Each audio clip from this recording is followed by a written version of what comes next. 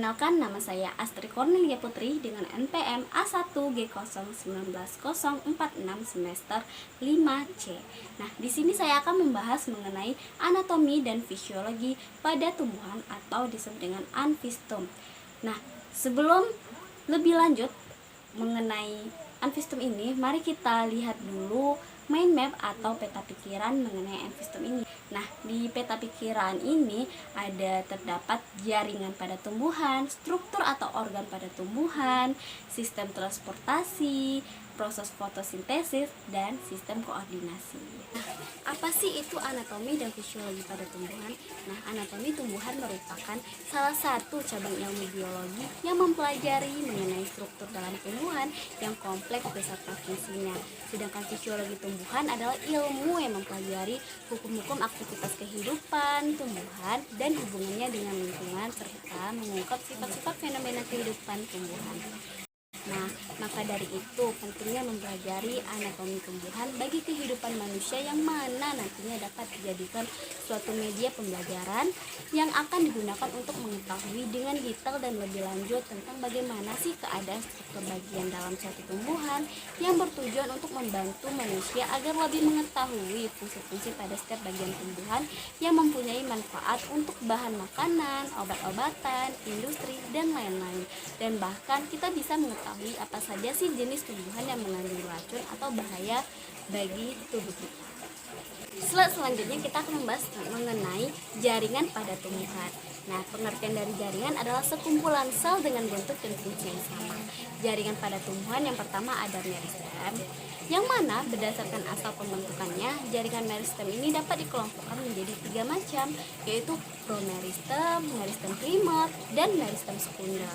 Nah, promeristem ini adalah jaringan meristem yang telah ada ketika tumbuhan masih dalam tingkat embrio. Sementara meristem primer merupakan jaringan meristem yang ditemukan pada tumbuhan dewasa serta biasa ditemukan pada ujung batang dan ujung akar. Nah, jaringan meristem ini di bagian ujung batang dan ujung akar tersebut dinamakan juga dengan meristem apikal.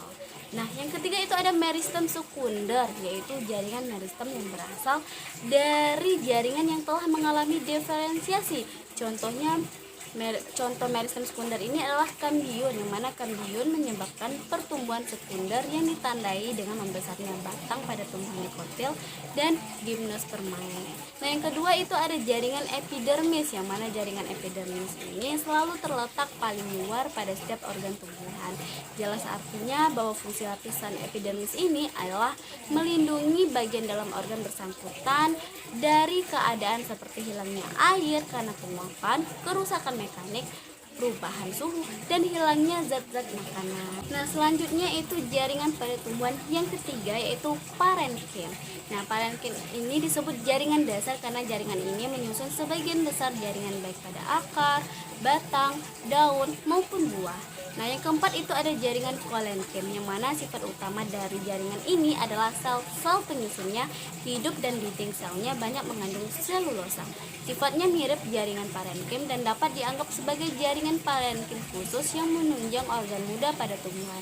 Nah, kolenkim ini terdapat langsung di bawah atau dekat permukaan batang muda dan tangkai daun muda, namun jarang ditemukan pada akar. Nah, yang kelima itu ada jaringan sklerenkim, yang mana merupakan jaringan penunjang pada organ tumbuhan yang telah dewasa. Dengan demikian, sel-sel dewasa jaringan sklerenkim ini telah mati dan memiliki dinding sel yang tebal, biasanya berlignin atau mempunyai zat kain. Slide selanjutnya itu mengenai organ atau struktur pada tumbuhan. Yang pertama itu ada akar, yang mana akar adalah bagian tanaman yang pada umumnya tersembunyi karena terletak di dalam tanah.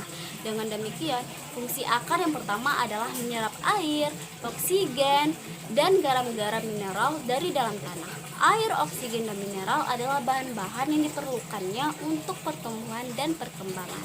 Yang kedua itu ada batang, yang mana batang berperan pada tumbuhan sebagai penopang yang membuat tanaman tegak, menjadikan daun muda mendapatkan sinar matahari, dan batang juga menjadi tempat yang berperan dalam proses pengangkutan mineral dan air ke daun dan menyalurkan makanan dari daun ke bagian lain dari tumbuh. Nah, yang ketiga itu adalah daun, yang mana daun adalah tempat untuk memproduksi makanan pada tanaman. Nah, zat makanan yang dihasilkan tanaman inilah yang kemudian menjadi sumber makanan bagi makhluk hidup lainnya seperti hewan dan manusia. Nah, yang keempat itu ada bunga, yang mana bunga ini bertanggung jawab dalam perkembangbiakan dan perkembangan biji. Karena bunga penting bagi perkembangbiakan, maka bunga memiliki sifat-sifat yang mendukung terjadinya perkembangbiakan pada tanaman. Nah, sifat-sifat tersebut antara lain mempunyai warna menarik, berbau harum, bentuknya beraneka ragam, dan mengandung madu. Slide selanjutnya itu mengenai sistem transportasi pada tumbuhan. Nah, sistem transportasi pada tumbuhan adalah proses pengambilan dan pengeluaran zat-zat ke seluruh bagian tubuh tumbuhan yang terdiri dari zat pengangkut xilem dan floem. Nah, apa sih itu xilem? Nah, xilem adalah jaringan pengangkut yang berfungsi mengangkut air dan nutrisi yang diserap akar ke seluruh bagian tumbuhan.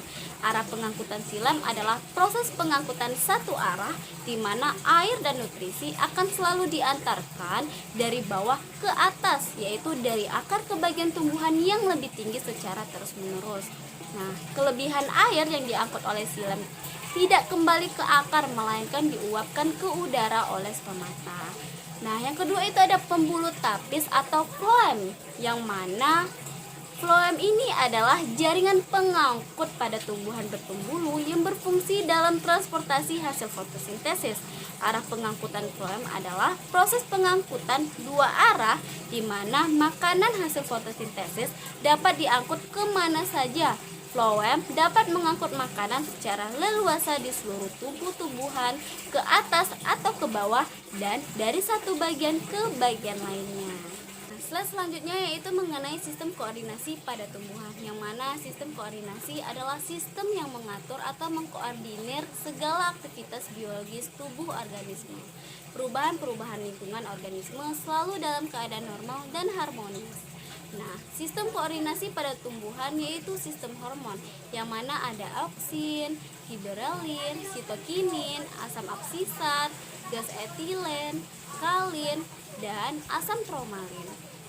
Slide selanjutnya yaitu slide terakhir mengenai proses fotosintesis pada tumbuhan, yang mana proses fotosintesis pada tumbuhan yang pertama itu ada yang namanya reaksi terang, yang mana reaksi terang akan berlangsung jika ada cahaya, misalnya cahaya matahari.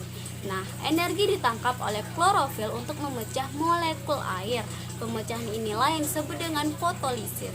Reaksi terang merupakan salah satu langkah dalam fotosintesis untuk mengubah energi matahari menjadi energi kimia. Nah, yang kedua itu ada reaksi gelap atau biasa juga disebut sebagai siklus Kelvin. Nah, pada reaksi gelap ini terjadi pengikatan karbon dioksida oleh daun. Kemudian karbon dioksida tersebut diubah menjadi glukosa, yang mana dalam pembentukan glukosa ini diperlukan ATP yang dihasilkan melalui proses terang. Nah, pada reaksi ini tidak dibutuhkan sinar matahari dan terjadi pada bagian stroma pada kloroplas. ATP dan NADPH yang dihasilkan dalam proses fotosintesis reaksi terang memicu berbagai proses biokimia. Baiklah, mungkin itu saja yang dapat saya sampaikan mengenai anatomi dan fisiologi pada tumbuhan. Jika ada kesalahan, saya mohon maaf. Sekian dari saya. Wassalamualaikum warahmatullahi wabarakatuh.